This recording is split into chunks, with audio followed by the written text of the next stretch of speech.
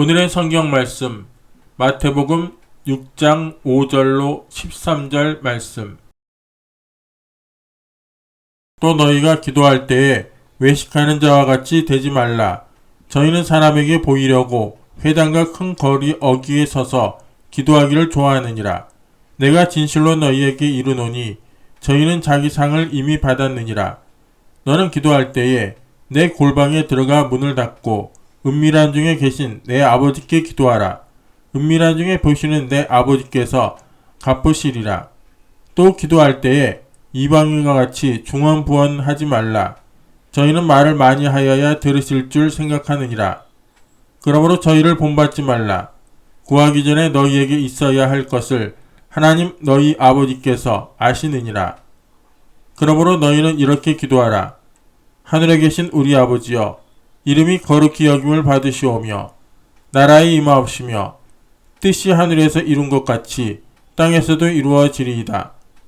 오늘날 우리에게 일용할 양식을 주옵시고 우리가 우리에게 죄 지은 자를 사하여 준 것 같이 우리 죄를 사하여 주옵시고 우리를 시험에 들게 하지 마옵시고 다만 악에서 구하옵소서.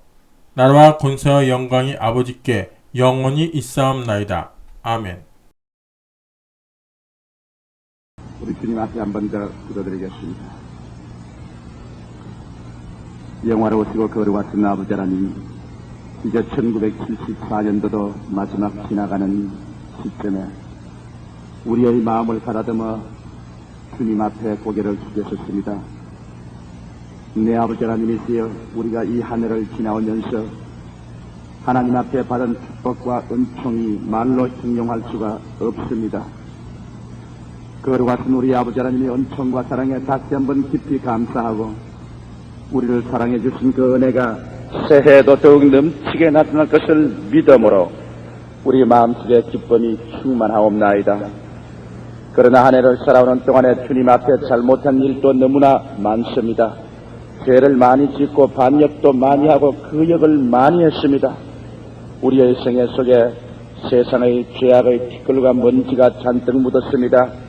우리 하나님 아버지여, 이 해가 지나기 전에 그리스도의 보혈로 씻어주시고 성령의 능력으로 새롭게 하여 주시옵소서. 살아계신 아버지, 오늘 이 시간 주님 앞에 고개 숙인 심령마다 여호와의 영광이 나타나셔 하나님이여 영혼을 고쳐주시고 마음을 새롭게 해주시고 생활에 승리하는 주의 기적을 베풀어 주시오기 간절히 기도합니다. 사랑하신 우리 아버지께서 이 조국과 민족을 불쌍히 보아주시옵시고 내 아버지 하나님께서 1975년도 새해에는 새로운 평안과 기쁨과 소망의 태양이 떠오르게 도와주시옵시고 내 아버지 하나님께서 벌벗고 굶주린 우리 동포들을 불쌍히 보아주시옵소서.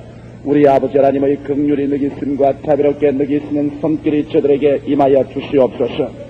이 세모의 일선에서 추위에 떨며 국방을 위해 수고하는 군인들을 기억하여 주시옵시고 하나님이여, 주님 가호하심과 은총이 저들에게 같이하여 주시옵소서. 전 세계가 소요하고 요란스러운 이때 그리스도여 주님의 승리를 나타내시사 온 세계 인류를 구원하는 주의 놀라운 은총으로 세계를 충만하게 채워 주시옵소서. 오늘 이 한 시간 우리 아버지 앞에 완전히 의지하고 기도하오니 말씀과 성령으로 우리를 고쳐 주시옵소서. 예수님 이름 받들어 기도하옵나이다. 아멘.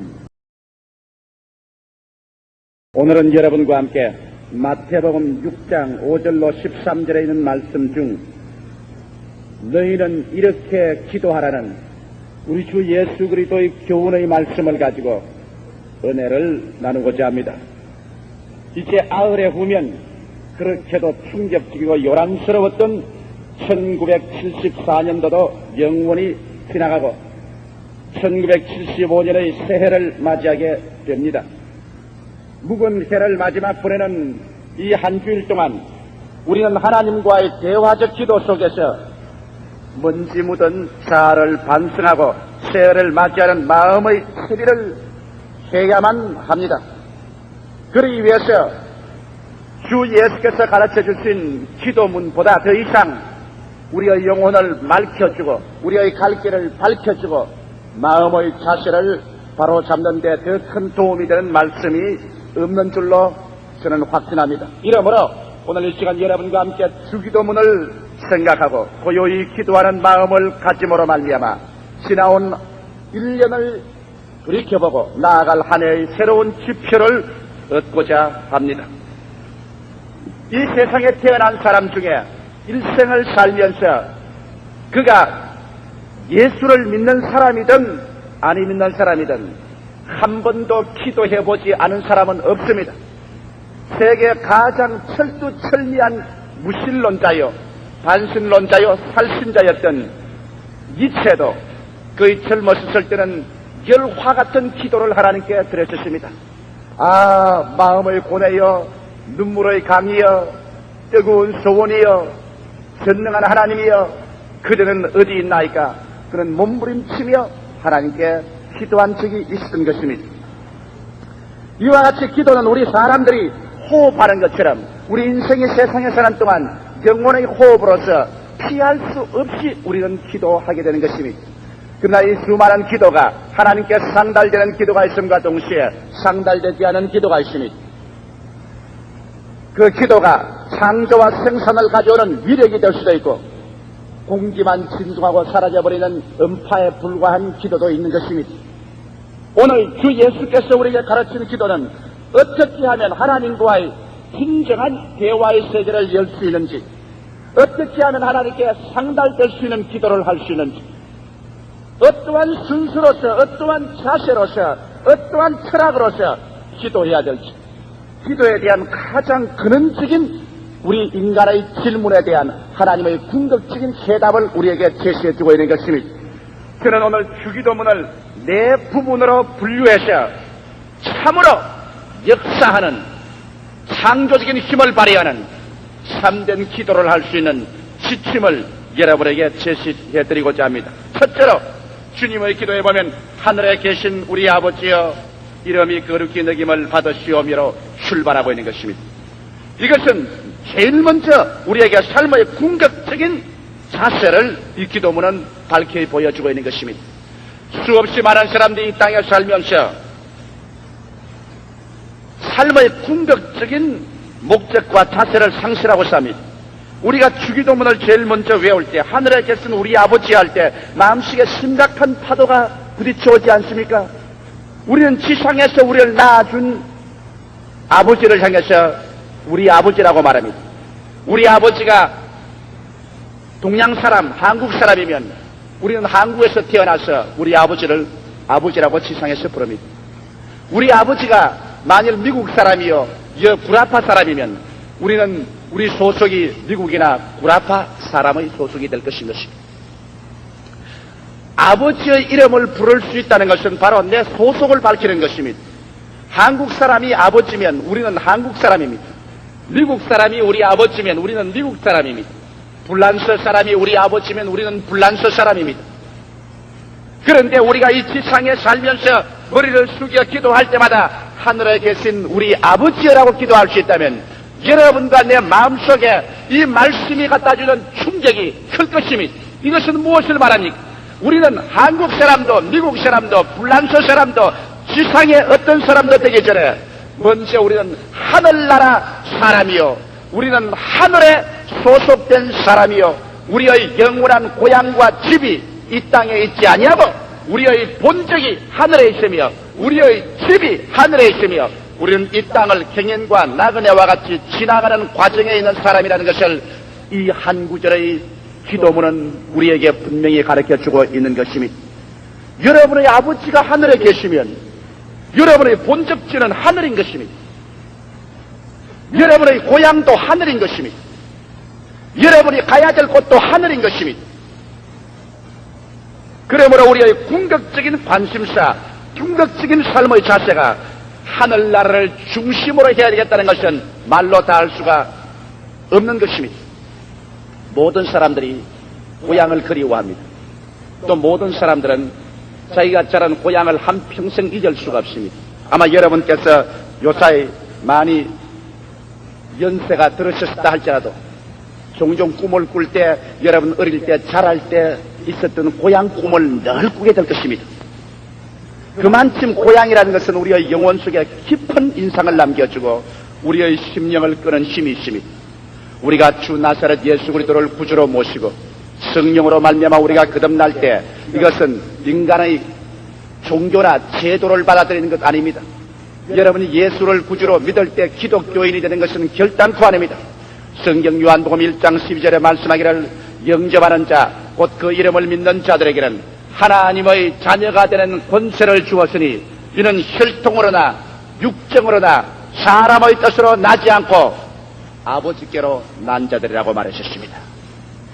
위에 아버지께로부터 우리가 태어났기 때문에 우리는 하나님을 향하여 아버지라고 부를 자격이 있습니다. 그리스도를 구주로 믿지 않은 사람은 아무 사람도 하나님을 아버지라고 부를 자격이 없습니다. 그는 아버지께로 태어나지 않았기 때문에 아버지라고 할 수 없습니다. 그러나 우리가 예수 그리스도를 믿어 성령으로 말미암아 위에서부터 태어났기 때문에 이제는 기도할 때 머리를 숙여 하늘에 계신 우리 아버지라고 기도하므로 참된 우리의 소속을 밝히고 거기에 대한 깊은 각성을 가져오게 되는 것입니다. 여러분께서 하늘나라에 속한 사람이라면 지상의 포로가 되어서는 안 됩니다. 일순간이라도 하루라도 세상에 썩어질 육신의 정욕과 안목의 정욕과 이성의 자랑의 포로가 되어 이 세상에 주저앉는 자녀가 되어서는 안 됩니다. 우리는 이 땅에서 태어나 아버지 계신 본적지를 향해서 매일같이 걸어갑니다. 그렇기 때문에 베드로 같은 사도는 말하기를 우리를 불러 말하여 행인과 나그네 같은 너희들아 그와 같이 말하시죠. 사도 바울 선생은 히브리서에서 이 땅에 우리가 그할 영원한 도성이 없고 우리는 본향을 찾아가는 사람들이라고 말하셨습니다. 예수님께서 친히 이 땅에서 말씀하시기를 내가 너희를 위하여 처소를 예비하러 가노니 가서 처소를 예비하면 다시 와서 나 있는 곳에 너희도 함께 있게 하리라고 말씀하신 것입니다. 이러므로 여러분 우리가 정말 하나님의 응답받는 기도를 하려고 하면 여러분의 궁극적인 관심사 참된 우리의 소속에 관한 분명한 각성이 있어야만 됩니다. 이 땅에서 잘 먹고 잘 입고 잘 살고 이 땅에서 내 정욕만 누리겠다는 그러한 심사에서 아무리 부르짖어 기도해봤자 그런 소속이 분명하지 않는 국적이 없는 선박과 국적이 없는 비행기처럼 아무에도 기착할 수 없는 것처럼 그 기도는 기착할 곳이 없게 되는 것입니다.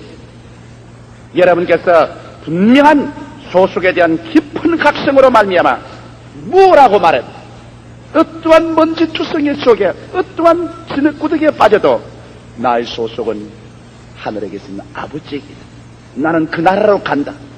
그것이 나의 궁극적인 목적이요 관심사요 그것이 내 고향이다. 그리고 내가 이 땅에 사는 모든 것은 그 나라에 가기 동안에 필요한 액세서리에 불과하다. 무엇을 먹을까 무엇을 입을까 무엇을 마실까가 나는 궁극적인 목적이 아니다. 나는 그 나라와 그 일을 먼저 구한다. 그것을 구하면서 사는 동안에 이 땅에 나의 사명을 다하기 위해서 나는 여러 가지 일을 기도한다. 이런 마음의 자세가 이루어지기 전에는 우리의 기도는 힘이 없는 기도가 되고 말 것인 것입니다. 그러므로 여러분께서 기도할 때마다 제일 먼저 출발이 여러분의 참된 소속에 관한 각성을 가져오는 기도입니다. 하늘에 계신 우리 아버지여. 그 다음 나라에 임하옵시며 그렇게 기도문은 계속하고 있습니다. 나라에 임하옵시란 말은 무엇인 것입니까? 우리는 지금 세상 나라에 살고 있는 것입니다. 이 세상 나라는 아담과 하와 이후로 마귀에게 빼앗긴 나라인 것입니다.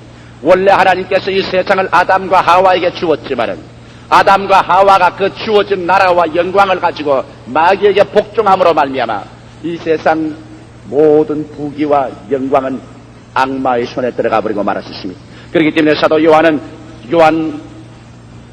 1서에 그가 말하기를 온 세상은 악한 자에게 속하였다고 말했습니다. 이러므로 이 세상 나라는 지금 완전히 하늘나라가 아닙니다. 이 나라의 정치, 경제, 교육, 문화 모든 제도는 하나님께로부터 관심을 빼앗아 이 세상 세속적인 세계로 이끌어들이려는 악마의 영향력 아래 놓여 있는 것입니다.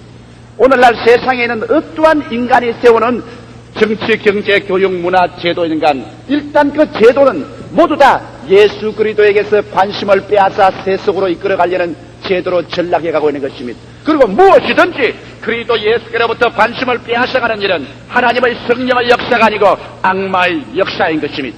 이것을 우리는 잊지 말아야 되는 것입니다.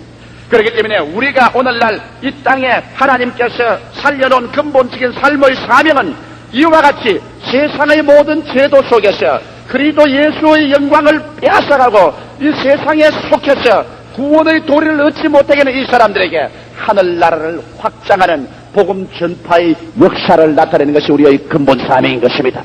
우리는 이 땅에 하나님께서 심어놓은 것은 이 땅에서 전쟁하기 위해서 심어놓은 것입니다. 모든 이 땅에 있는 사람들의 가슴 속에 예수 그리스도의 복음을 전감으로 말미암아 하늘나라를 확장하기 위해서 우리는 살고 있는 것입니다. 이러므로 우리의 기도의 전체는 하나님이여 하늘나라를 이 땅에 임하시게 하옵소서. 이것이 우리의 기도가 되어야 되는 것입니다. 예수님의 제자들이 그리스도가 부활하시고 난 다음 그리스도를 만나서 주여 주께서 하늘나라를 이스라엘을 세울 때가 이때니까 말할 때 그 때와 그 시는 너희가 알 바가 아니요 너희는 연날이 못되어 하나님께로부터 성령의 은혜를 받으리라고 말하십니다. 그리고 예루살렘과 온 유대와 사마리아와 땅 끝까지 이르러 내 증인이 되라고 말하셨습니다. 제자들은 당장 하늘나라를 이 땅에 세워달라고 말할 때 예수께서 대답하신 것은 그 하늘나라가 이루어지는 길이 바로 너희가 성령의 능력으로 말미암아 땅 끝까지 가서 그리스도의 복음을 전파하여 사람들의 심령 속에 하늘나라가 임하게 하는 이것이 바로 그리스도의 나라를 임하게 하는 길이라는 것을 말씀해 주은 것입니다. 이러므로 예수 믿는 우리들이 이 땅에서 살아있는 유일한 이유는 사명은 우리가 어느 곳에 있든지 예수 그리스도의 나라가 임하시게 하기 위해서 사람들 심령 속에 그리스도의 나라를 전파하는 것입니다. 물리적인 환경 속에서 정치적인 조직으로 하늘나라는 아직 임하지 않았지만은 하늘나라는 비밀 중에 성령의 능력으로 말미암아 우리의 한 사람 한 사람 인간의 마음 속에 우리의 복음 전도를 통해서 임하여 가고 있는 것입니다. 오늘 이 시간 여러분 속에 예수를 구주로 믿으셨으면 아멘 하십시다. 그러면 여러분 속에 하늘나라가 임한 것입니다. 주님께서 말씀하기를 하늘나라가 여기 있다 저기 있다 해도 믿지 마라. 하늘나라는 너희 속에 있나니라고 말씀하는 것입니다. 그러므로 오늘 이 자리에 앉아 계신 여러분 속에는 하늘나라가 임하여 계십니다. 이 하늘나라가 임하여 있는 우리들은 나아가서 또 다른 사람들 속에 하늘나라가 임하게 해야 되는 것입니다. 이래서 충만한 수가 들어올 때까지 하늘나라를 임하게 하시면 진실로 그 백성을 위해서 하나님은 물리적이요 제도적이요 정치적이요 환경적인 하늘나라가 이 땅에 임하게 하실 것입니다. 이러므로 우리의 삶의 궁극적인 자세는 참된 우리의 소속이 아버지께 있으며 우리가 이 땅에 사는 삶의 사명이 복음 전파에 있다는 것을 알아야만 되는 것입니다. 그 다음 기도는 나아가서 말하기를 뜻이 하늘에서 이룬 것 같이 땅에서도 이루어지이다. 이와 같이 말하셨습니다. 왜 우리의 궁극적인 삶의 자세 속에 하나님의 뜻이 하늘에서 이루어진 것처럼 이 땅이 이루어지이다고 기도해야만 되는 것입니다. 먼저 하나님께서 이 땅을 엿새 만에 지으시고 이래 만에 쉬실 때는 이 땅에 아버지의 뜻이 이루어지십니다. 하나님이 지으신 이 땅과 에덴에는 상함도 없고 해함도 없었습니다. 죄나 질병이나 죽음의 고통이나 가난이나 저주나 추악이 있을 수가 없습니다. 왜? 성경에 보니 하나님께서 지으신 만물을 보시고 지극히 좋았더라고 하나님께서는 7번 반복해서 말씀하셨습니다. 하나님 보시기에 지극히 좋았었으면 하나님이 만드신 모든 세계가 완전히 아버지의 뜻이 이루어진 것입니다. 그러나 거기에 하나님의 뜻을 반역하는 요소가 들어왔습니다. 사탄이 에덴에 와서 아담의 마음속에 하나님의 뜻을 반역할 생각을 집어넣었습니다. 그래서 아담이 마귀의 말에 귀를 기울여 마귀의 반역적인 뜻을 받아서 하나님의 뜻에 반역했습니다. 선악과를 따먹은 것은 하나님의 뜻에 대한 정면적인 거부요 도전이었습니다. 그때로부터 시작해서 오늘 이 땅은 마귀와 사람이 연합해서 하나님의 뜻을 반역하는 일을 계속했었습니다. 그래서 하나님의 뜻은 이 땅에서 거부되어버리고 말한 것입니다. 오늘날 인간이 세운 모든 정치, 경제, 교육, 문화, 삶, 제도 전체 속에 하나님의 뜻이 전면적으로 거부되고 그 결과로 말미암아 마귀의 도적질하고 죽이고 멸망시키는 파괴가 인류 역사 가운데 줄기차게 넘쳐왔었습니다. 이 가운데서 사람들은 피를 흘리며 울며 몸부림치며 괴로워했었던 것입니다.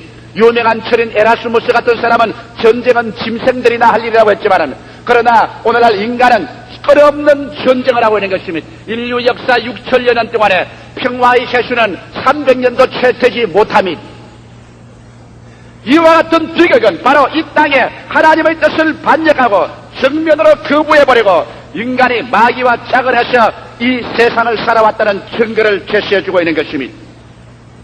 그러므로 오늘날 우리가 하는 기도는 하나님이여 내 뜻대로 마음쓰고 아버지 뜻대로 하옵소서 하는 예수 그리스도의 기도가 되어야 하는 것입니다. 여러분, 예수 그리스도께서 마지막 겟세마네 동산에서 하나님 앞에 엎드려 기도한 그 기도가 바로 주기도문에서 가르친 그 기도인 것입니다. 뜻이 하늘에서 이루어진 것처럼 이 땅에서 이루어지이다. 그리스도 예수는 당신의 뜻대로 하면 죽기를 원치 않았었습니다. 그러나 아버지의 뜻은 예수 그리스도께서 오셔서 마귀의 깸에 빠져 망쳐놓은 인생의 모든 죄악과 저주와 절망과 추악과 죽음을 그리스도가 대신 감당하지 않고는 이것을 청산할 수 없다는 것이 아버지의 뜻이었습니다. 그리스도가 아버지의 뜻에 부딪혔을 때 그리스도는 아버지의 뜻을 거역할 수도 있고 이것을 반역해버릴 수도 있지만은 그리스도는 엎드려 말하기를 내 뜻대로 마옵시고 아버지의 뜻대로 하시옵소서. 아버지의 뜻을 그 그릇 속에 받아들였습니다. 그런 자기의 생애 속에 아버지의 뜻을 받아들이고 자기의 생애를 아버지의 뜻에 굴복하자 말자 아버지는 예수 그리스도의 그릇 속에 이 세상에 인류가 저지르는 모든 죄악을 다 주워 담고 모든 불의와 추악과 저주와 절망과 죽음과 질병을 다 예수의 그릇에 주워 담아 십자가에 얹어놓고 창세 이후로 가장 무서운 아버지의 분노와 심판으로 그 그릇을 켜버리고 말한 것입니다. 예수님이야말로 바로 그 그릇 속에 여러분의 저주를 담은 사람입니다. 여러분의 죄악을 담당한 사람입니다. 그는 우리의 불의와 추악을 걸머졌습니다. 이러므로 그리스도 오시기 벌써 600여 년 전에 이사야는 이 사실을 보고 성령으로 말미암아 예언해서 말하기를 저가 찔리면 우리 허물을 남이요 저가 상하면 우리 죄악을 남이라 저가 징계를 받음으로 우리가 평화를 누리고 저가 채찍에 맞음으로 우리가 나음을 입었도다. 우리는 다 그렇행하여 어린 양같이 각기 제 길로 갔거늘 여호와께서는 우리 무리의 죄악을 그에게 담당시켰다고 말하셨습니다. 그러므로 예수께서 우리의 모든 죄를 하나님의 뜻을 통해서 다 걸머주실 때는 사람의 모습이 되지 않고 뱀의 모습이 되셨습니다. 예수께서 친히 요한복음에 말씀하기를 모세가 광야에서 뱀을 든 것 같이 인자도 들려야 하리라고 말한 것입니다. 자기의 십자가에 못 박힌 모습을 뱀에 비유하는 것입니다. 뱀이란 사탄인 것입니다. 사탄이란 하나님의 뜻을 거역하고 반역한 것입니다. 얼마나 하나님의 뜻을 거역하고 반역한 죄악을 다 덜머졌던지 예수님이 아버지 앞에 심판을 받을 때 마귀가 심판을 받듯이 죄인이 심판을 받듯이 처참한 심판을 받으셨습니다. 성경 어느 곳을 보아도 예수께서 하나님을 하나님이라 부른 곳이 없습니다. 아버지 하나님이라고 불렀지. 언제나 아버지라는 다정한 칭호가 있었는데 예수께서 아버지란 이름을 부를 고난을 빼앗긴 곳이 있습니다. 그가 십자가에 못 박히셨을 때는 하나님은 아버지가 아니었습니다. 엄미한 심판주였습니다. 그렇기 때문에 예수께서 십자가에서 기도는 하나님이여 하나님이여 어찌하여 나를 버리시나이까 그런 아버지라고 부를 권리조차 빼앗겨버리고 말한 것입니다.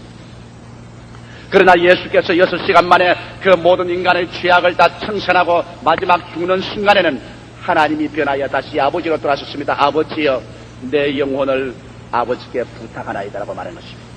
하나님이라는 이름과 아버지라는 이름이 그렇게 차이가 있는 것입니다. 그래서 아버지의 뜻이 예수의 생애 속에 이루어질 때는 어떻게 하셨습니까? 예수 그리스도의 생애를 통하여 하나님은 모든 인류의 죄악을 청산해버리셨습니다. 모든 질병을 청산해버리셨습니다.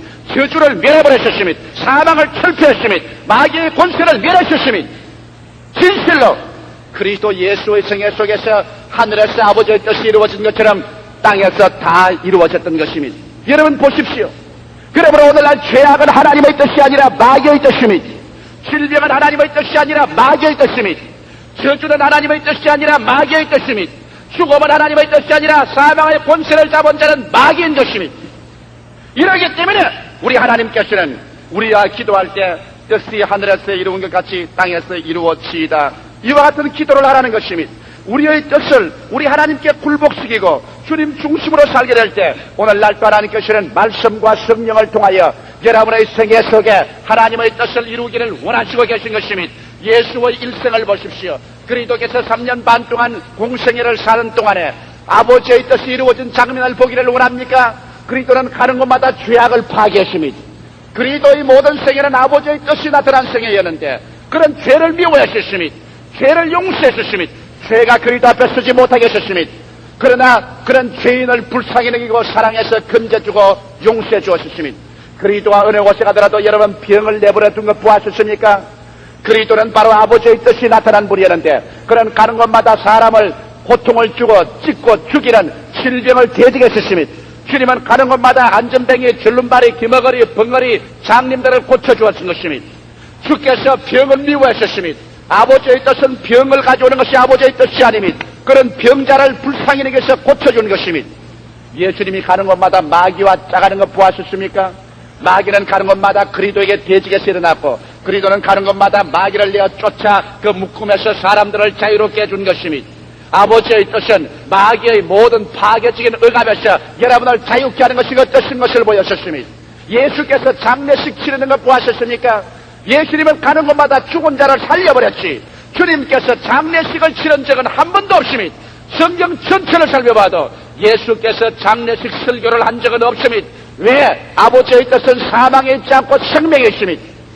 지금은 아직 하나님의 때가 이르지 아니하였으므로 우리가 매일같이 아버지의 뜻이 하늘에서 이루어지신 것처럼 이 땅에 이루어지려고 기도하고 주님을 중심으로 살게 될 때 성령으로 말미암아 하나님의 뜻이 우리의 개인의 생애 속에 천 열매로 이루어질 것입니다만 그날에 주께서 호령과 천사장의 고함과 하나님의 나팔로 진열로 쫓아 강림하실 때 주 안에서 죽은 자들이 먼저 일어나고 살아남은 우리들이 변화되어 공중으로 끌려 올라갈 때 그래서 하나님께서 만물을 새롭게 하여 새 하늘과 새 땅을 지으시고 새 예루살렘이 임하게 하실 때 그때는 이 땅에 하나님의 뜻이 온전히 이루어질 때인 것입니다. 그날에는 눈물과 근심과 탄식과 죽음과 아픈 것이나 곡하는 것이나 이별하는 것이 없을 것입니다. 여러분, 이 완전한 아버지의 뜻이 이루어진 세계 속에 들어가서 다시는 늙지 아니하고 젊지 아니하고 예수 그리스도의 모습을 닮아서 저주가 사라진 세상, 죽음과 이별이 없는 세상, 미움과 전쟁이 없는 세상, 배고픔과 슬픔이 없는 세상에 영원토록 살 것을 한번 생각해 보십시오. 이와 같은 특권이 얼마나 놀랍고 얼마나 기막힌 것을 생각해 보십시오. 이 세상에 잠시 동안 육신의 장락 때문에 이 위대한 하나님의 초청을 거부하고 발길로 차버린다는 것은 그보다 더 비극적인 사건이 이 세상에는 없을 것입니다. 이러기 때문에 우리 주님께서는 우리의 모든 생애 속에 매일같이 역시 하늘에서 이루어진 것처럼 이 땅에서 이루어지다고 기도하라는 것입니다. 그래서 하나님 성령으로 말미암아 이 땅에 사는 동안에도 여러분에게 영혼이 잘됨같이 범사에 잘되며 강건케 하고 생명을 얻되 넘치게 얻는 하나님의 축복의 천열매라도 이 땅에서 거둘 수 있게 하기를 원하셔 하나님이 그런 기도를 하라고 말씀한 것입니다. 우리 하나님은 여러분께서 기도하셔야 응답할 수 있는 것입니다. 여러분께서 하나님께 요청해야 하나님께서는 법적으로 여러분에게 다가와서 여러분의 생애 속에 축복을 내릴 수가 있는 것입니다. 그러므로 주기도문의 가장 첫째는 삶의 궁극적인 자세를 바로 하라는 것입니다. 하늘에 계신 우리 아버지여, 이름이 거룩히 느낌을 받으시오며 나라의 임하옵시며 뜻이 하늘에서 이루어진 것 같이 땅에서 이루어지어다. 이와 같은 기도를 통해서 하늘에 우리가 속한 사실을 분명히 알고 이 땅에서 행인과 나그네와 같이 지나가는 우리 것을 알고 이 땅에 정욕에 묶이지 말라는 것과 우리의 삶의 사명이 복음을 전파하여 나라에 임하게 하는 사명을 가지고 있으며 우리의 매일매일의 생활은 우리의 뜻을 하나님께 내어 맡기고 굴복하고 그 발 앞에 엎드림으로 하나님의 영광에 나타나셔 우리가 영혼이 잘됨같이 범사에 잘되며 강건하고 생명을 얻되 넘치게 얻어 하나님의 영광과 축복을 사람들에게 나누어 줄 수 있는 이러한 상황에 들어가기를 원하시는 것입니다. 여러분의 기도에 승리하려면 이 제일 궁극적인 관심사를 오늘 이 시간에 결정하시기를 주의 이름으로 축원합니다. 여러분의 궁극적인 관심사가 바로 하늘에 계신 우리 아버지께 있어야만 되는 것입니다. 둘째로 오늘날 우리에게 일용할 양식을 주옵시고 성도와 지상생활에 대한 이야기를 하고 있는 것입니다. 사람들은 말합니다. 교회 나가면 밥 주나? 교회 나가면 떡을 주나? 그렇게 말합니다. 나는 어떤 자매님 한 분이 최근 책에서 이런 실화를 읽어본 적이 있습니다. 그가 뉴욕의 어느 아파트에서 기도회를 열고 있는데 그게 친구의 인도를 받아서 제2차 대전 때 해병대 장교로 참석해서 태평양 전쟁에 싸웠던 억센 장교 한 사람이 참석을 했습니다. 그게 기도회 하는 것을 보고 난 다음 그 장교가 비웃으면서 하는 말이 너무 세상에서 동떨어진 나와는 무관한 일들을 당신은 하고 있어. 이 현실적인 세계가 얼마나 악착스럽고 삶이 복잡한데 여기 앉아가 무슨 하나님께 기도하고 하나님께 의지하는 그런 일이 있을 수 있습니까? 너무 세상에 동떨어진 일이요 세상과 관계없는 일이요 나는 이게 관계 안 하겠습니다. 그리고 그는 그 아파트의 문을 박차고 나가버렸다는 것입니다.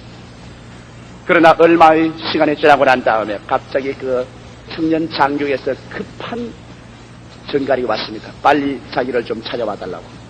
그래서 기도회를 주관하던 그분이 슈메이커 여사가 그 집에 찾아가고 그 병원에 찾아가 보니 그 사람은 그 일 후에 나가 일주일 이내에 전신마비가 왔습니다. 전신 소아마비가 걸려서 병원에 가니까 산소 마스크 속에 들어있으면서 움직일 수 없는 상황이 되었습니다. 그러고 난 다음 그는 이 세상에서 종교란 전혀 관심이 없으며 이 세상과 너무 연관성이 없고 허무한 것이라고 말하던 그는 이제는 예수 그리스도를 믿고 하나님을 찾는 것만이 그 생의 가장 궁극적인 관심사요 하나님의 도우심이 없이는 살 수 없는 그 처지가 된 것을 고백하게 된 것입니다. 여러분 우리가 잠시만 정신을 차려보면 예수 믿으면 밥 주나 예수 믿으면 떡 주라는 것은 어리석기 짝이 없는 말인 것입니다. 이 세상의 부귀와 영화와 공명이 뭐와 같은지 압니까? 너의 인생은 풀과 같고 그 영화는 풀의 꽃과 같다. 풀은 시들고 꽃은 떨어지나니 여호와의 말씀은 영원토록 있도다는 이 궁극적인 말씀이 부딪혀올 때 큰 소리 할 사람이 누가 있습니까? 제7일째 아담이 맞이하는 이 세상의 첫날은 하나님의 안식일이었습니다. 아담이 할 일은 없었습니다. 하나님의 휴식일 날 그가 첫날을 인생으로 맞이한 것입니다. 이러므로 아담이 살 수 있는 것은 하나님을 믿고 신뢰하고 순종할 때 하나님께서 예비한 세계로 이끌어주는 것이 아버지의 뜻이었습니다. 그래서 하나님께서 예비하신 하나님이었지만은 아담이 하나님을 반역하고 하나님의 뜻을 거역하고 저주를 받고 에덴에서 쫓겨나올 때는 창세기 3장 17절에 종신토록 수고하여야 땅의 식물을 먹을 것이라고 했어. 인간의 수고가 자기의 양식을 만들 것을 명의하십니다. 그날 이후로부터 시작해서 인류는 지금까지 얼마나 땀이 흐르도록 수고하고 자기를 위해서 예비하고 준비하지 않고는 살 수가 없었습니다. 그러나 오늘날 우리의 운명은 또 달라지기 시작하는 것입니다. 왜? 예수를 구주로 믿은 우리들에게는 이제 저주에서 해방되었다는 것을 알아야만 됩니다. 갈라디아서 3장 13절에 말씀하기를 그리스도께서 우리를 위하여 저주를 받은 바 되사 율법의 저주에서 우리를 속량하셨으니 기록된 바 나무에 달린 자마다 저주 아래 있는 자라 하였습니다. 할렐루야. 그렇기 때문에 바울 선생은 고린도후서 8장에 담대하게 말씀하기를 너희가 예수 그리스도의 은혜를 알거니와 저희가 부유하신 자로서 너희를 위하여 가난하게 되시면 저희 가난하심을 인하여 너희로 부유케 하려 하심이라고 말하셨습니다. 저주받기 전에 인간은 하나님께서 예비하셨습니다. 저주받은 후는 인간이 종신토록 수고하여 땀을 흘려야 식물을 먹었습니다. 그러나 이제 우리 예수 그리스도로 말미암아 율법의 저주에서 해방을 얻은 오늘날에서는 하나님은 여러분과 나의 여호와 이레가 되시는 것입니다. 할렐루야. 여호와께서 예비하십니다. 하나님께서 자기를 사랑하는 자를 위해서 예비해 놓은 모든 것을 눈으로 보지 못하고 귀로도 듣지 못하고 마음으로도 깨닫지 못했담과 같으니라. 인간의 상상을 초월해서 하나님께서 기적적으로 우리를 위해서 예비하시고 인도하시는 하나님인 것입니다. 여러분 이스라엘 백성이 애굽에서 하나님의 뜻을 통하여 따라 나올 때 주님께서 광야에서 예비한 것을 기억하십니까?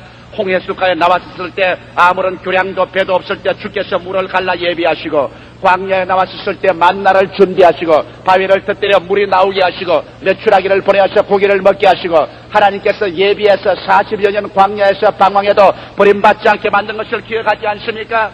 하물며 오늘날 예수를 사랑하고 그 십자가의 보혈로 씻음받고 예수 그리스도의 고난을 통하여 저주에서 해방된 우리가 그 나라와 그 일을 먼저 구하며 주님 중심으로 서게 될 때 주님께서 우리에게 일용할 양식을 주지 않을 리가 만무한 것입니다.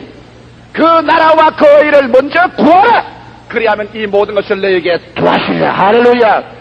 우리는 장차 공황이 다가오고 살기가 어려워지더라도 여러분께서 주님 앞에 올바른 신앙의 자세만 가지고 있다면 여러분의 식량은 논에나 밭에서 예비되는 것이 아니라 정부가 예비하는 것이 아니라 여러분과 나의 양식은 위에서부터 예비해서 보내주시는 것입니다. 할렐루야. 그러기 때문에 우리가 두려워할 필요가 없습니다. 정부가 예비한다면, 정부가 흔들거리면 우리는 기대할 곳이 없습니다.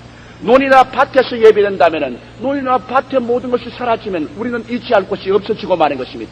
그러나 성경에는 하늘에 계신 아버지여 우리에게 일용할 양식을 주옵소서.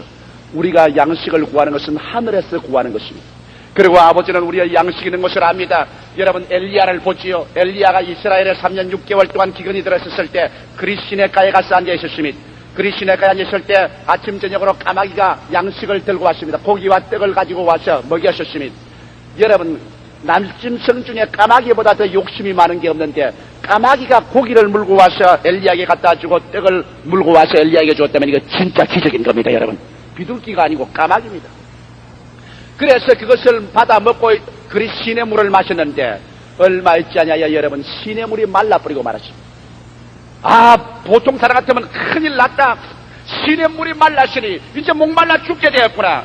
이제는 까마귀가 떡과 고기를 물고 와도 나는 목말라 죽게 되었구나 탄식할 것입니다. 그러나 하나님 보십시오. 그리 시냇물이 가뭄으로 말라서 마실 물이 없게 되자마자 하나님께서는 엘리야에게 말하길 엘리야야 이 자리는 끝났다. 이제는 사렙다의 과부에게로 가라. 내가 그를 명해서 너를 위하여 예비하겠다고 말한 것입니다. 한 곳에 시냇물이 마르면 하나님은 다른 시냇물을 터뜨려 놓는 것입니다. 할렐루야. 한 곳에 여러분 사업이 안 되면 하나님은 다른 사업의 문을 여시는 것입니다. 한 곳에 직장을 잃어버리면 하나님은 다른 직장으로 옮기시는 것입니다. 엘리야가 그리 시냇가에 물이 말랐다고 그가 앉아서 두 다리 뻗고 탄식을 울고 있지 않았습니다. 그리 시냇가 물이 마르면 그 다음에는 엘리야는 사렙다의 과부 있는 곳으로 가게 된 것입니다. 이와 같이 우리 하나님께서는 오늘날 우리에게 경제 공황이 다가오고 살기가 어려워지고 고난이 다가온다 하더라도 한 가지 길이 막히면 다른 길을 열어서라도 여러분 일용할 양식을 달라고 기도하는 당신의 자식들을 주께서 빈손 들고 돌려보내지 않을 줄 나는 믿습니다. 이러기 때문에 여호와를 의지하는 자는 두려워할 것이 없는 것은 젊은 사자는 굶주릴지라도 여호와를 경외하는 자에게는 하나님께서 좋은 것을 아끼지 않고 주겠다고 약속한 것입니다. 진실로 여러분께서 주기도문을 올바르게 이해하고 기도하는 사람에게 무엇을 먹을까, 무엇을 입을까, 무엇을 마실까 염려란 있을 수가 없는 것입니다. 그러면 여러분 질문할 것입니다. 왜 일용할 양식을 달라고 했습니까? 한 달 먹을 양식을 달라고 하지 않고 일용할 양식을 달라고 했습니다. 우리 하나님께서 이 세상의 물질을 우리에게 허락할 때 언제나 하나님이 경고해야 하는 것은 탐욕입니다. 인간은 탐심 때문에 우상숭배를 하게 되고 탐심이 잉태해서 죄를 낳고 죄가 장성한 즉 사망을 낳으셨습니다. 이렇기 때문에 우리 하나님께서 우리에게 일시에 많은 것을 주님 주겠다고 말하지 않습니다. 일용할 양식을 달라는 것은 너희가 하나님께 구할 때 탐욕을 버리라는 말씀일 것입니다. 하루하루 먹을 양식을 달라는 것은 욕심을 부리지 말라는 것입니다. 이스라엘이 광야에 나올 때도 그 위에서 떨어지는 만나가 하루 먹을 만큼밖에는 오지 않았습니다. 이틀치만 거두어도 벌레가 먹어서 썩어진 것입니다. 오늘 그러기 때문에 여러분께서 한 달 먹을 양식, 1년 먹을 양식이 없다고 두려워하지 마십시오. 주께서는 여러분에게 매일매일의 생활을 주님께서 돌봐주기를 원하시는 것입니다.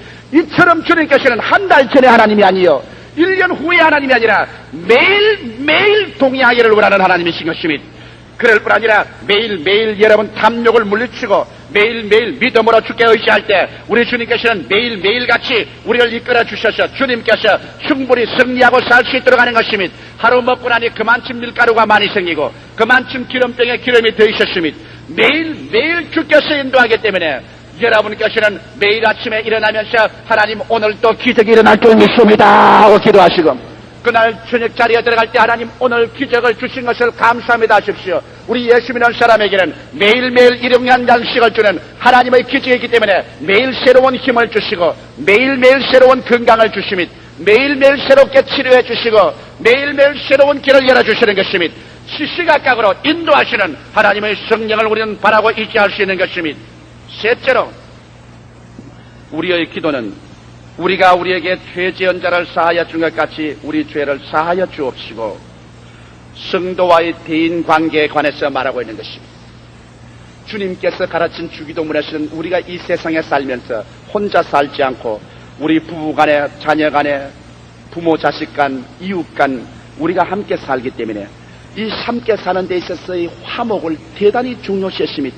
그렇기 때문에 하늘에 계신 나의 아버지 하지 않고 하늘에 계신 우리 아버지라고 말하는 것입니다. 자꾸 우리란 말을 쓰십니다. 왜? 우리는 함께 삽니다. 이러기 때문에 우리의 기도가 막히지 않고 우리의 기도가 하늘에 상달되기 위해서는 우리의 마음속에 서로 용서해주고 용서받는 생활을 계속하라는 것입니다. 저도 이제는 애들이 자라가니까 아버지의 심정을 잘 압니다. 제가 가끔 집에 가면 애들이 모여가지고서 서로 고소를 해요. 우리 둘째 놈은 자기 맏형을 고소를 하고, 맏형은 둘째 놈을 고소를 하고, 또 막내 놈은 와서 또 둘째 놈을 고소를 하고, 그래서 서로 막 아버지에게 일러 제낍니다. 근데 나는 봐도 한 놈도 미운 놈이 없어요. 서로 자기들은 미워서 고소하지만 나는 하나도 그 고소를 받아서 누를 징벌하고 싶은 마음이 조금도 없습니다. 하물며 만유의 주 되신 아버지께서 그 아들 예수의 피로서 값주고 산 우리들을 볼 때 우리가 서로 미워하고 고소할 때 하나님께서 누구를 미워하겠습니까? 열에 10손가락 깨물어서 아프지 않은 손가락이 어디 있겠습니까? 하나님이 원하시는 것은 화목제물입니다. 그렇기 때문에 너희가 하나님께 제물 드릴 때 형제간에 마음 상한 것 있거든 그거 먼저 풀어놓고 와서 화목제물을 드려야 하는 것입니다. 성경에는 이것을 얼마나 강하게 말하냐면 우리가 우리에게 죄 지은 자를 용서해 준 것처럼 우리의 죄를 용서해 달라 했습니다. 내가 먼저 땅에서 화목하지 않으면 나와 하나님과의 화목 관계가 막힌다는 겁니다. 저는 이번 이 설교를 준비하면서 기도원 굴에 엎드려 있으면서 저 마음속에도 심각한 충격을 받았습니다. 저도 인간이기 때문에 1년을 살아오면서 마음에 맺힌 사람도 있고 미운 사람도 있고 원한이 진 사람도 있습니다. 어디 두고 보자는 사람도 있었어요. 그러나 오늘 여러분 앞에 서서 이 설교를 하기 위해서 이 성경을 읽고 난 다음에는 내 마음속에 청산할까 청산하지 않고는 강단에 서서 설교할 수가 없었습니다. 그래서 제가 굴에서 무릎을 꿇어 엎드려서 하나님 나부터 먼저 청산합니다. 저는 솔직히 말해서 주님께 몇 사람을 용서해야 줄 사람이 있었습니다. 그래서 어제 비로소 저는 이 성경을 앞에 두고서 무릎을 꿇어 하나님 앞에 다 용서를 해 주었습니다. 무조건 하고 아버지여 나는 원한을 없애버립니다. 무조건 하고 용서해 줘버립니다. 예수 그리스도 이름으로 그들을 사랑하고 축복하오니 축복해 주십시오. 그러고 나니까 1년 먹은 채증이 다 내려가 버리고 말아요. 여러분 앞에 서서 매일 설교하는 목사도 이러한 것이 마음속에 묶일 때가 있습니다. 하물며 여러분 일상생활에 살면서 끊임없이 부딪히는 이 악착스러운 세상에서 여러분이 마음의 부딪힘이 얼마나 있겠습니까? 그러나 이 해를 보내면서 여러분은 주기도문 앞에서 우리에게 죄 지은 자를 오늘 다 용서해주고 하나님께 용서받는 여러분 되시기를 주의 이름으로 축원합니다. 우리 아버지와 우리와의 교제는 먼저 용서해 줌으로 말미암아 하나님과 우리의 사이가 열린다는 것을 주님께서 말씀해주고 있는 것입니다. 그리고 네 번째로 주기도문의 마지막 장면에서 주님이 경고한 것은 성도와 흑암의 권세에 대한 것입니다. 우리를 시험에 들게 하지 마옵시고 다만 악에서 구하옵소서. 오늘 사람들은 말합니다. 귀신이 어디 있으며 마귀가 어디 있냐고 말합니다. 그러나 예수 그리스도는 이 땅에 오실 때 제일 첫 사역할 때부터 그런 광야에 들어가서 마귀에게 시험을 받았습니다. 주어 일생의 모든 목회는 끊임없이 마귀의 도전을 받았습니다. 예수께서 제 아들에게 기도를 가르칠 때 주님께서 마지막 기도에는 언제나 우리를 시험에 들지 말게 하시며 다만 악에서 구해달라고 말한 것입니다. 그렇기 때문에 우리의 일상생활에 우리는 우리를 도적질하고 죽이고 멸망시키기 위해서 우리를 노리고 있는 마귀가 있다는 것을 잊지 말아야만 되는 것입니다. 여기에 주님께서 우리를 시험에 들지 말게 하라는 것은 시험이란 단어는 두 가지 단어가 있습니다. 헬라어로 도키마조라는 단어가 있고 페이라조라는 단어가 있습니다. 도키마조라는 시험이 있고 페이라조라는 시험이 있습니다. 도키마조는 절대로 마귀가 시험하는 단어에는 도키마조를 쓴 적이 없습니다. 왜? 도키마조라는 것은 우리에게 더 큰 축복을 주기 위해서 하나님이 인정해 주기 위해서 시험을 치는 것은 도키마조입니다. 이것은 우리를 영적으로 더 낫게 하기 위해서 생활에 더 축복을 해주기 위해서 주님께서 우리를 인정하기 위하여 시험을 통과하게 하는 이것은 도키마조입니다. 이것은 우리를 파멸할 시험이 아닙니다. 그러나 성경에 거의 대다수로 마귀가 우리를 시험하는 헬라어로 단어는 도키마조가 아니고 페이라조입니다. 페이라조는 우리의 약점을 발견하기 위해서 시험하는 것입니다. 우리를 인정하기 위해서 시험하는 거라고. 우리에게 무슨 약점이 있는가? 약점을 발견하기 위해서 시험을 해서 약점이 발견하면 달라들어서 그걸 가지고서 물고 찢고 도적질하고 죽이는 것은 페이라소인 것입니다. 이 성경에 우리를 시험에 들지 말라는 것은 우리의 약점을 발견하여 우리를 짓밟고 우리를 찢어버리는 마귀의 페이라소를 말하는 것입니다. 오늘날 여러분, 우리는 약점이 많습니다.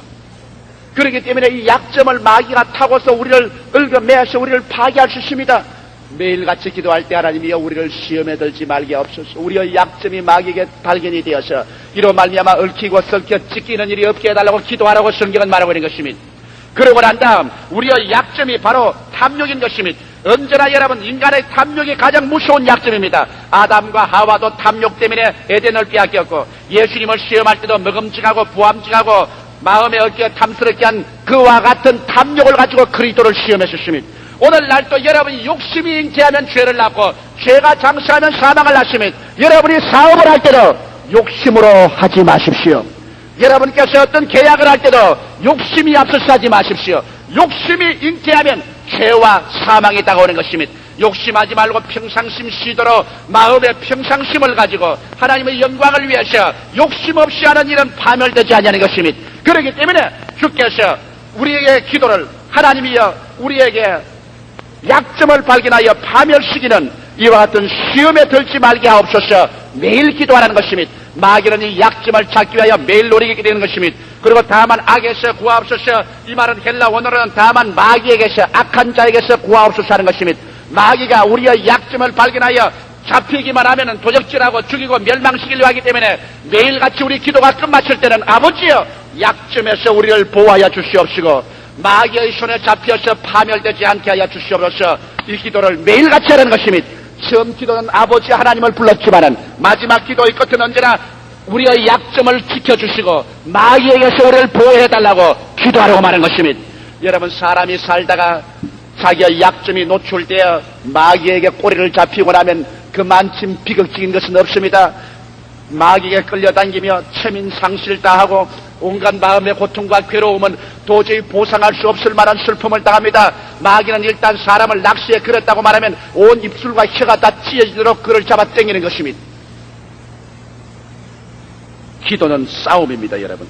다니엘은 20하루 동안 기도해서 20하루 만에 그 기도가 마귀의 진을 꿰뚫고서 하나님께 상달된 것입니다. 사도 바울 스승은 에베소서 6장에서 기도를 실험, 즉 레슬링이라고 말했습니다. 텔레비 화면에서 여러분 레슬링하는 거 보았지 않습니까? 기도를 통하여 여러분은 악마와 레슬링을 해서 악마를 누르고 하나님께 응답받는 기도를 얻게 되는 것입니다. 기도를 방해하는 세력이 우리 가운데 끊임없이 있습니다. 그렇기 때문에 성경은 기도의 힘쓰라고 말했습니다. 오늘날 통성기도하는 것을 보고 흉보는 사람이 있는데 어리석은 사람인 것입니다. 왜? 그가 여러분 통성기도를 못한다는 것은 그만큼 마귀에게 눌려있다는 증거인 것입니다.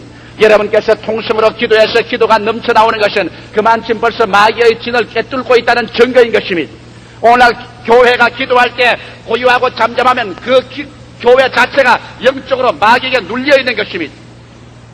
그러나 여러분께서 그 마귀의 진을 해치고 나면은 여러분의 기도가 폭포처럼 솟아오르게 되는 것입니다. 이렇기 때문에 성경은 말하기를 너희는 여호와께 부르짖으라고 말하셨습니다. 그리하면 제가 응답하겠다고 말씀하셨습니다. 이러기 때문에 우리 교회는 제가 통성기도를 시킵니다. 통성기도하기를 원합니다.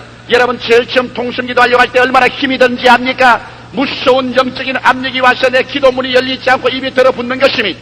그러나 성령의 능력으로 이 악의 세력을 물리치고 나면은 기도문이 열리기 시작하는 것입니다. 오늘 예수 그리스도의 우리에게 가르친 기도는 우리 삶의 근본적인 자세와 우리 생활의 철학을 보여준 것입니다. 저는 이것을 총정리해서 말씀해드리고 오늘 설교를 끝마치겠습니다. 여러분께서 정말 하늘을 영광스럽게 정리하고 여러분 새해를 맞이할 마음의 자세를 얻기 위해서 첫째로 삶의 궁극적인 자세를 올바르게 정리하십시오. 여러분은 바로 하늘에 계신 우리 아버지의 자식이긴 만큼 여러분의 본적지와 목적은 하늘입니다. 이 땅은 행인과 나그네입니다. 나라의 임하옵심이라고 기도할 때 여러분은 이 땅에 사는 동안 복음을 전가하고 하늘나라를 임하게 하는 일을 위해서 보내심을 받은 대사요 사자들인 것입니다. 그리고 매일매일 같이 뜻이 하늘에서 이룬 것 같이 땅에서 이루어지게끔 마음과 몸을 바침으로 하나님의 기적이 일어나셔 새로운 에덴이 여러분의 영혼 속에 창설되고 생활에 일어나야 되겠을 것입니다. 둘째로 성도와 지상생활에서 주님께서는 오늘날 우리에게 일용할 양식을 주기를 원하시기 때문에 두려워하지 말고 먹고 입고 사는 일에 대해서 담대하게 주님 앞에 구하라는 것입니다. 세 번째로 성도와 대인관계에서 여러분은 항상 성도를 서로 용서해 준 것처럼 용서를 받고 하나님과 화목관계에 있을 것을 말해주는 것입니다. 그리고 네 번째로 성도와 흑암의 권세의 관계에서 우리는 매일매일 같이 우리의 약점을 하나님께서 붙들어 주시고 마귀의 손에 떨어지지 않도록 해달라는 기도와 간구를 주님께 드리라는 것입니다. 이와 같은 기도를 할 때 하나님께서는 여러분의 생애 속에 창조적이고 생성적인 하나님의 성령의 기적을 나타내 주실 것입니다. 다 같이 고개 숙여 기도하십시다. 살아계시고 거룩하신 아버지 하나님, 이제 우리는 이래 아흘에 후면 그렇게도 충격적이고 요란스러웠던 1974년도도 보내고 1975년의 새해를 맞이하게 되옵니다. 나의 거룩하신 아버지, 묵은 해를 마지막 보내는 이 한 주일 동안에 우리 기도하게 만들어 주시옵소서. 때 묻은 먼지투성이의 우리 인간을 다시 재정비하게 도와주시옵시고, 무엇에 우리가 잘못하고 실패한 것을 깨달아 회개하게 도와주시옵시고, 1975년도는 살아갈 때 주님께서 가르친 기도문 속에서 우리 자신을 새롭게 정비하게 도와주시옵소서. 우리의 자신을 새로운 자세 속에 세우게 하여 주시옵소서.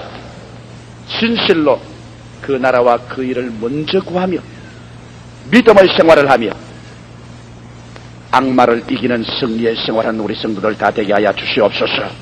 예수 그리스도 이름으로 축원하고 기도하옵나이다. 아멘. 우리 합심해서 주님 앞에 기도드리겠습니다.